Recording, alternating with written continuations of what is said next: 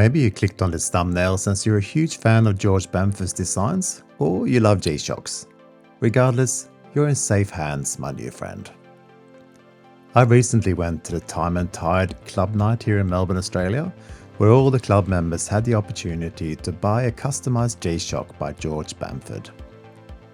Members were treated to delicious 4 Pillars gin that hails from Melbourne and a big screen interview with the man himself. This turned out to be a combination of an intriguing guided video tour through his offices and some pretty upsetting stories about people trying to break into the shop the night before to get their hands on the new collab with Casio. George has a particular disdain for flippers, as do all of us true watch fans. So let me make it clear that this watch is borrowed from my friend that bought one through the club. So don't come after me, George. A lot of these types of collabs command big money, so it's commendable that the asking price was about the same as the standard model. The problem was, as usual, getting your actual hands on one. But you could argue that this was made fairly easy for club members. So should you be kicking yourself about not getting the chance to buy a triple blue G-Shock DW6900? Let's find out.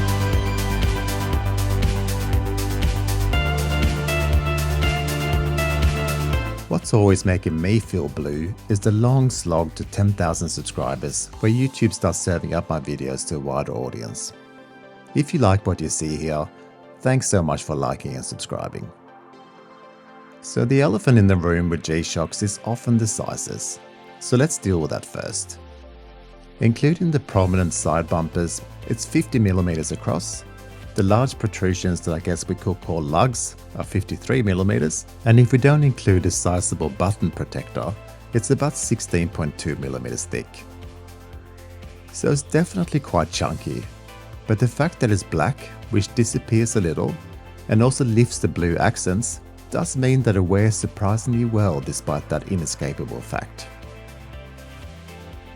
Taking a look at the dial, it's full of the signature Bamford blue, and it suits this design really well. Having Bamford on the dial and also on the first segment of the strap looks great. The one big problem with the watch is that negative display on the reversed LCD black screen. Before I moan about that, I own an old Japan secondhand market sourced solar G-Shock that I wear at the gym.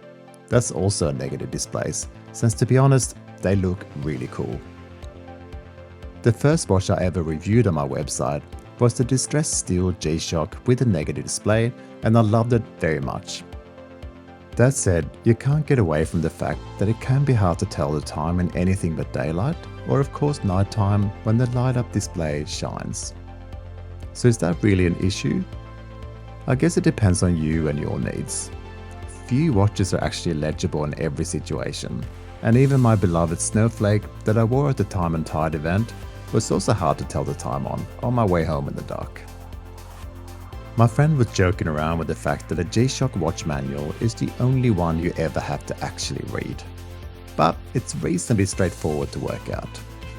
I won't go through all the things you can do here since there are about 1 million other videos where you can get a full rundown on that, but basically you have the usual calendar, alarm and stopwatch functions that you may or may not ever use. The coolest thing about the 6900 is the small subdials that have given this model the nickname of the third eye.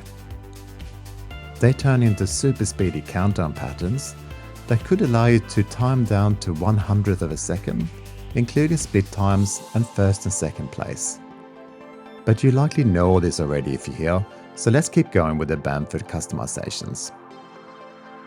As you can see, the large button at a figuratively speaking 6 o'clock position is what you press to light up the display in the dark. This is way more useful and easy than a square model where you have to locate the top right button and stick a fat finger in there to try to tell the time. This one is large, easy to use, and it's Bamford blue. Imagine if that G was loomed. Just saying, that will be my only suggestion for improvement.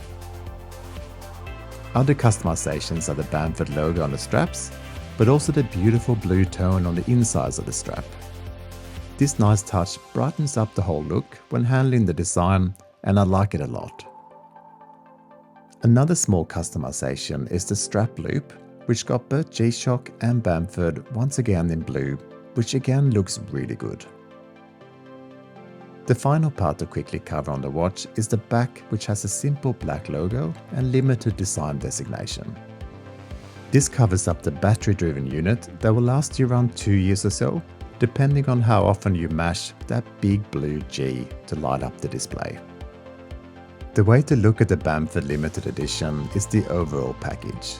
We get a highly customized watch with packaging that has an equal amount of customization with its blue accents everywhere, the Bamford logo sprinkled throughout the watch design and packaging, and a price that's very affordable. In Australia, the watch was exclusively available to the Time and Tie Club members to avoid flippers and get these watches in the hands of genuine fans of both brands. In the UK, Bamford did all they could to achieve that also, and that's far more than could be said for many of our large Swiss brand friends. We're in the hands of a genuine watch lover that wants you to have a shot at owning this to wear and love, not to make a few extra bobs on eBay. And that's worth supporting. If you missed out on this model, then I have 2 suggestions.